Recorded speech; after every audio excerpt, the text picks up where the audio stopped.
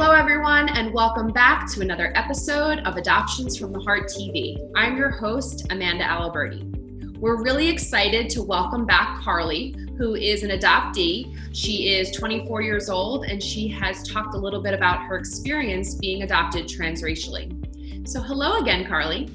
Hi. Today we wanted to pick your brain a little bit and see if you could offer some advice. Do you have any advice for other adoptees who may be struggling, maybe feeling a little bit out of sort and don't know where to turn to or what to do? So almost if you could go back in time and give yourself advice to a younger Carli, what would you say? Yeah, I think that's definitely a major point that should be talked about, because there is naturally this feeling, this kind of disconnect when it comes to adoption in general, but especially transracially. I think that, you kind of feel like there's a part of yourself that's stuck because you are, obviously, I am Black and I'm very, very proud of that. But I also was raised in a predominantly white culture. And so there's that kind of clashing within you where you kind of feel like you belong, but you don't. And then there were times where I felt like I had to assimilate to like white culture in order to fit in, because that's just naturally what was around me. And so there were times where I struggled and I hated my hair. I wished it was straight. And I didn't like the color of my skin. I wished I was lighter because that's what all the other kids around me were. And I went through a lot of phases where I was just not happy with the way that I looked or who I was, and I would get frustrated because I felt different. And that started as a child, and it went for a very long time, probably up until I went to college, honestly. And so like if I were to look back on that at my younger self, I would really want to tell myself like who I am is something to be celebrated, and it is just because I don't look like the people around me, it doesn't devalue the value, that it doesn't take away from who I am.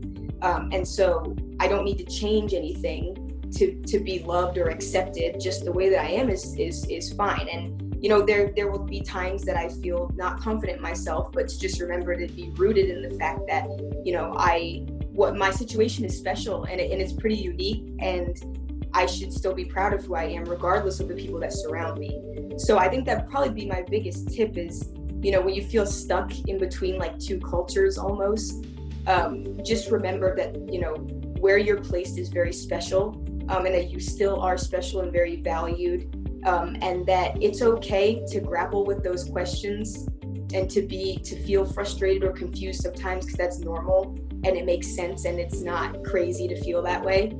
So to just be okay with being in that place, but also to feel free to reach out. Like, don't be afraid to express those things and have someone to talk to, whether they look like you or whether they don't, have someone to talk to relay those things to kind of process it. So it's not just stuck in your head all the time.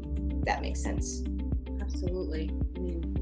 Absolutely. That was very powerful. And then the other half of that conversation, what advice would you give transracial adoptive parents? What can they do to try their best to allow their children to feel accepted?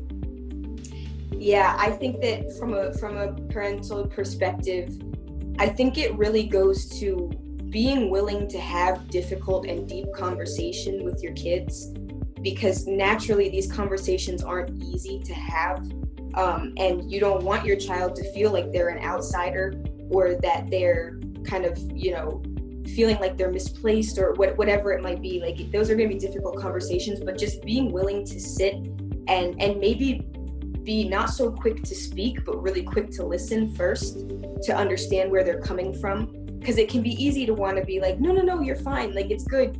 Like, you're beautiful just the way you are, which is great advice, but it's also like, that doesn't take away the fact that there's still that kind of separation that you're feeling. So just if parents are willing to kind of sit in it with their child and be willing to help them process by listening, and then just telling them like, it's okay to feel this way. I'm not going to be upset that you feel this way. I'm not angry that you feel this way. Like, I want to be here for you.